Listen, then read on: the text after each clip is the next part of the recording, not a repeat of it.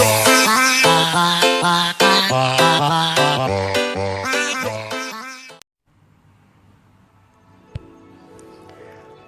ัสดีครับเพื่อนๆชาวเซเว่นไนท์ทุกคนวันนี้ก็กลับมาอยู่กับผมจุงโกะเหมือนเดิมนะครับผมแล้วก็ในคลิปนี้เนี่ย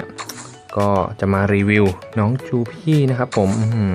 เอาเวกกันเข้ามาแล้วนะก็หลายๆคนที่เป็นแฟนคลับจูพี่ก็ต้องทำกันแน่นอนใช่ไหมน่ารักขนาดนี้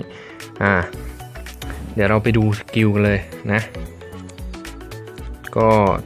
จูพี่เนี่ยอยู่ในกลุ่มนี้นะครับผมกลุ่มเดียวกับสนิปเปอร์ลีแล้วก็เฮเลเนียนะครับผมหลายๆคนที่ทำสนิปเปอร์ไปแล้วอย่างผมเนี่ยก็คงเสียใจ นะครับโอเคมาดูที่สเตตัสกันก่อนนะครับผมนี่เลยสเตตัสเนี่ย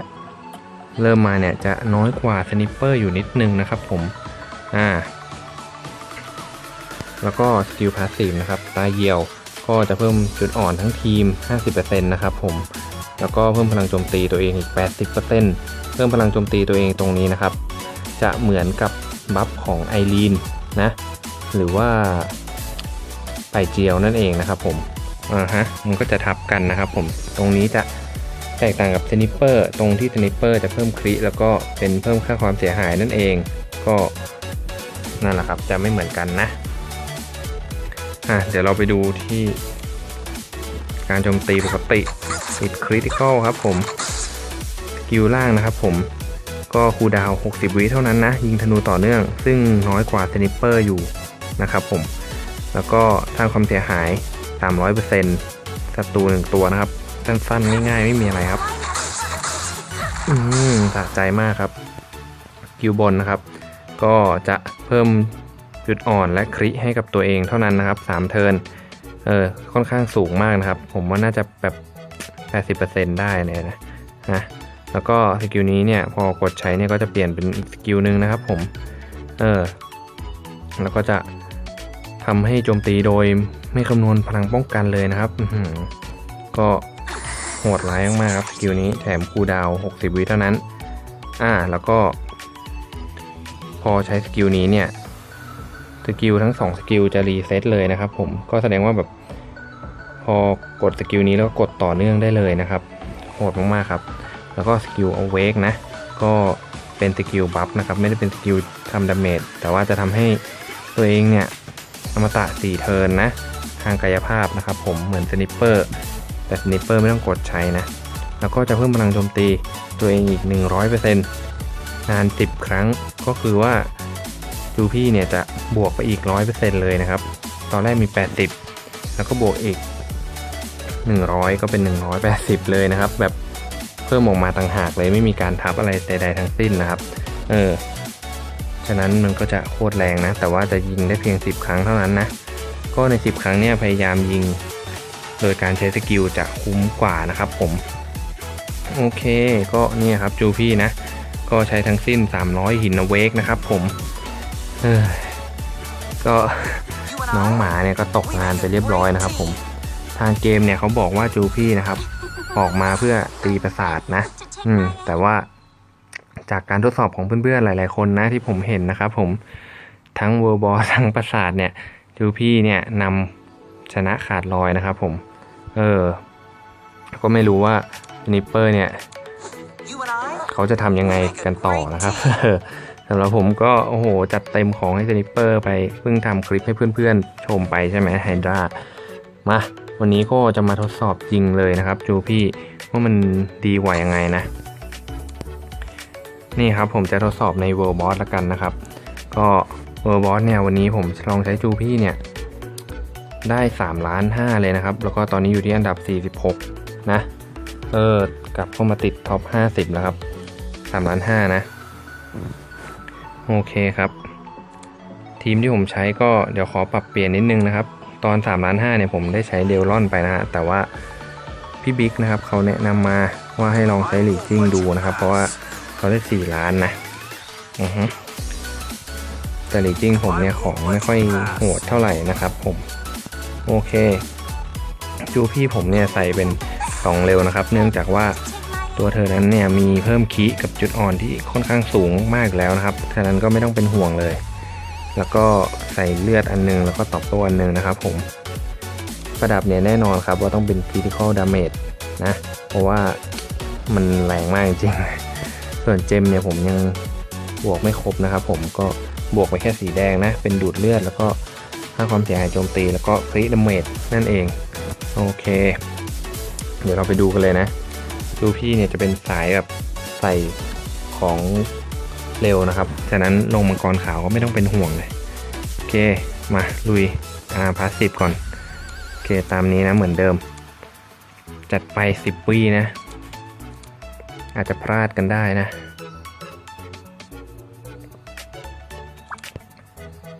มาถึงก็ปักหัวก่อนครับ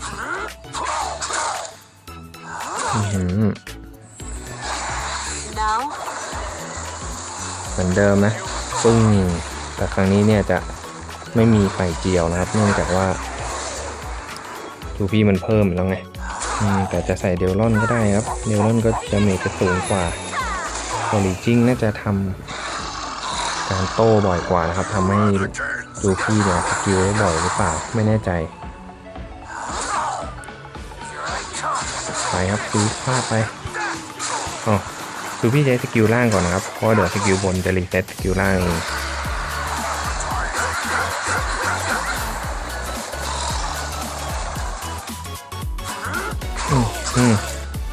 ยิงไปครับผม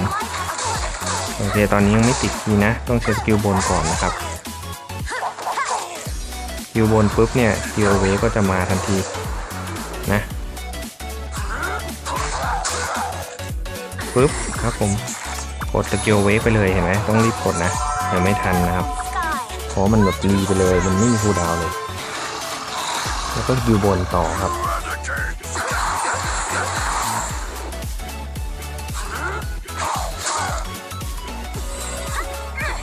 ถอยไปเลย300,000นะครับไม่รู้ว่าคะแนนจะเยอะไหมนะอันนี้ก็เป็นครั้งแรกครับที่ผมลองใช้ลีจิ้ง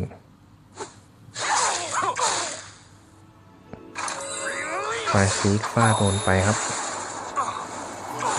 ไม่ติดกี้นี่หายไปหลายหมื่นนะ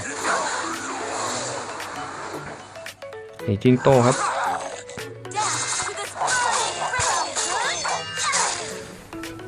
คะแนนช้ากว่าเดลลอนนะที่ผมลองอะ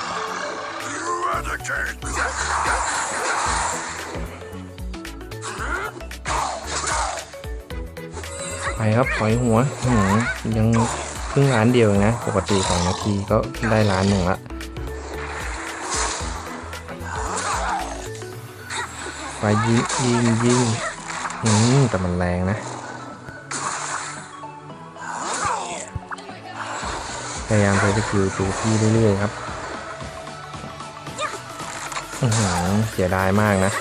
ถ้ากดสกิลเวฟแล้วยิงธรรมดาไปยิงหัวอื่นโต้หัวอื่นเงี้ยคือแบบน้อยมากๆครับคือเข้าแค่1อยู่ดีโอเคจริงโตแน่นอนครับกดสกิลล่างเลย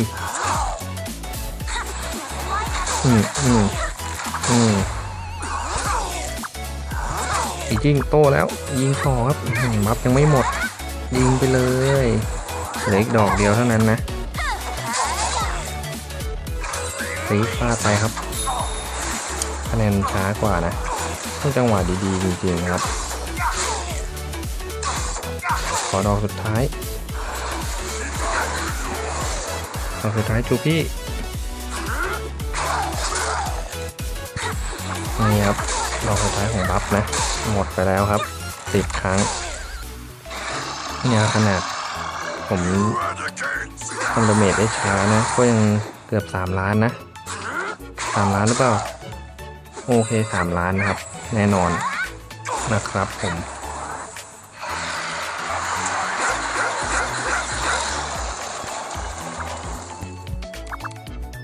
ก็ลองเล่นกันต่อ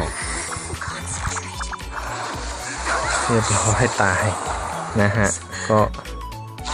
ดูพี่เนี่ยคะแนนขั้นต่ำ3 ล้านแน่นอนครับถ้าใช้ทีมแบบนี้นะก็ดีกว่าสไนเปอร์มากครับเพราะว่าสไนเปอร์เนี่ย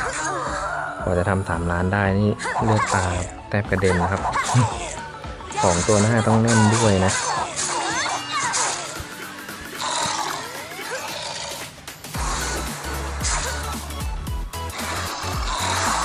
ปล่อยตายไปเลยครับผม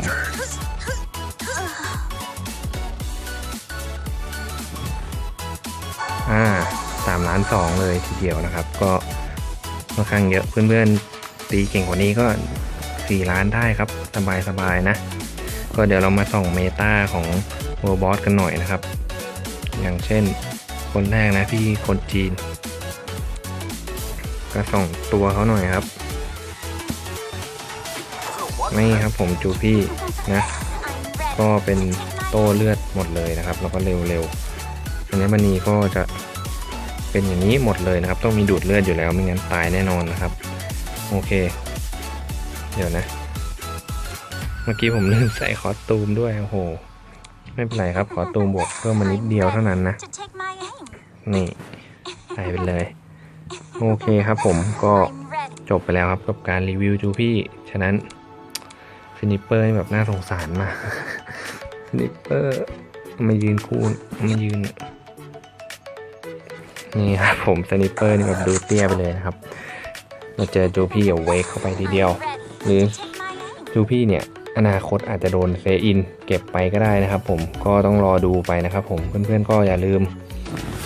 ลองใช้ดูนะครับแล้วก็